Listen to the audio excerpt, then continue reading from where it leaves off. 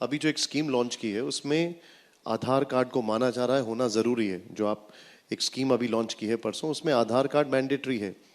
मेरा सवाल यह है कि 28 तारीख को इसकी हेयरिंग है, क्या ये माना जाए कि 28 तारीख को जो भी फैसला आएगा वो आप उसको मानेंगे? The dust will be settled. देखिए, सुप्रीम कोर्ट जब उससे बड़ा कोई बॉडी जब उसने आदेश जो दिया उसको तो सबको मानना है।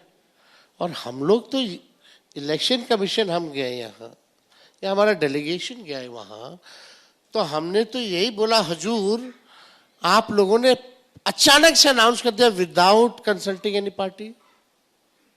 आप लूप में लेते, हम लोगों से भी सहयोग मांगते, हम लोगों का भी राय होता, क्या प्रैक्टिकल है वो चीजें भी होती, डिस्कस होता, आप काम शुरू करते। और हम तो आपके ही सहयोग के लिए आए हैं। इलेक्शन कमीशन में हमने यही मांग की थी कि आप आधार जोड़िए, आप राशन जोड़िए, आप जॉब कार्ड जोड़िए, आप मनरेगा कार्ड जोड़िए। इससे तो और आपके काम में तेजी होगी, क्योंकि ये डॉक्यूमेंट जो है गरीबों के पास अवेलेबल है, तुरंत दे देंगे। और हमने कोई आपत्ति थोड़ी जताई है, लेकिन टाइमिंग पे ये सवाल खड़ा होता है। ठीक 2 महीने पहले चुनाव के आप इतना बड़ा प्रोसेस जो है, प्रोसीजर और काम जो है कर रहे हैं, जो 2003 के बाद से अब तक हुआ ही नहीं। और आप केवल बिहार में कर रहे हैं और देश के किसी राज्य में क्यों नहीं कर रहे? ये सवाल तो पूरे देश पे हर एक राज्यों में खड़ा होता है। हम सभी लोग अब देखेंगे 28 को क्या होता है। लेकिन और आप लोगों के भी कई न्यूज रिपोर्टर जो ग्राउंड में रिपोर्ट करते हैं, गरीबों से पूछा गया तो वो भी यही कह रहे हैं, हमारे पास राशन कार्ड है, हमारे पास आधार कार्ड। कंफ्यूजन है। कंफ्यूजन तो इलेक्शन कमीशन खुद है अपने गाइडलाइन में। अब तो मौखिक आदेश चल रहा है। 28 पर हम सबकी नजर है, 28 तारीख को क्या होता है। तेजस्वी जी, एक ये जो विवाद है ये आपके परिवार तक पहुंच चुका है।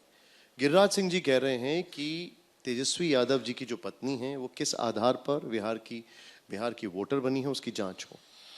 जिस आधार पर सुशील कुमार मोदी जी की धर्मपत्नी बनी है, उसी आधार पर मेरी भी पत्नी वोटर बनी। सुशील मोदी जी की जो धर्मपत्नी है वो भी क्रिश्चियन कम्युनिटी से है। उनका सवाल कम्युनिटी पे है ना। मैं कम्युनिटी का सवाल पूछ लेता हूं, और ये एक बड़ा निजी सवाल है, अगर आपकी अनुमति हो, इसलिए तो मैं इसको पूछूंगा। ये चुनावी मुद्दा बनाया जा रहा है, आपकी पत्नी के नाम से ये जुड़ा हुआ है, आपने अपनी पत्नी का नाम क्यों बदला, ये मुद्दा बनाया जा रहा है। उन्होंने अपने चॉइस से बदला है,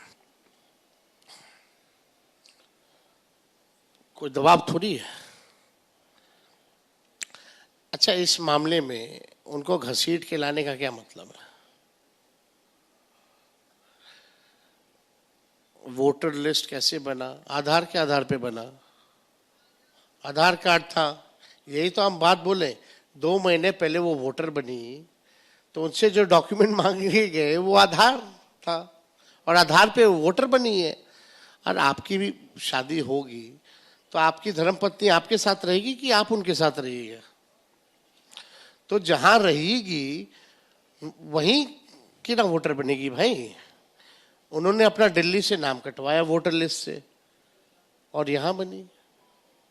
कुछ लोग काम करने जाते हैं, सबका राइट है, एक वोट आपको देने का अधिकार है।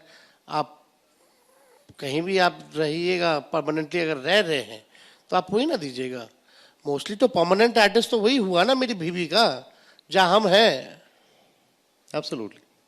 अब एक और विवाद है तेजस्वी जी, और वो ये है कि चाहे वो प्रशांत किशोर हो या बीजेपी हो, वो कहती है कि बिहार में एक बात ही समझ में आता, जिसका कोई एमएलए नहीं है, जिसका कोई एमपी नहीं है, उसकी बातों को इतना आप लोग क्यों उछालते हो? ऐसी कितनी पार्टियां जिसके एमएलए एमपी हैं।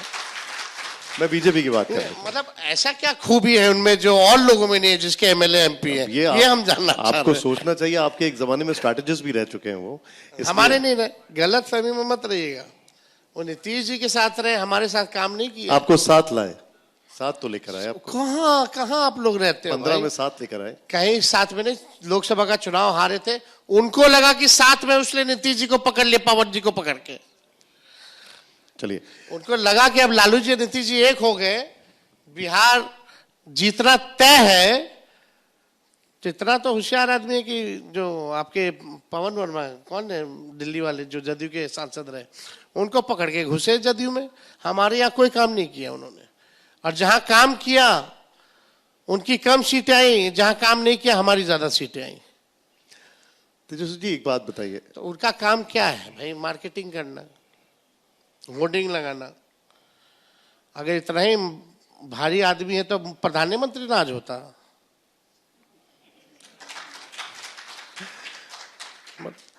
वो कह रहे हैं ऐसा गुणी आदमी, वो कह रहे खुद भी बोलते हैं मेरा बुद्धि है बहुत तेज।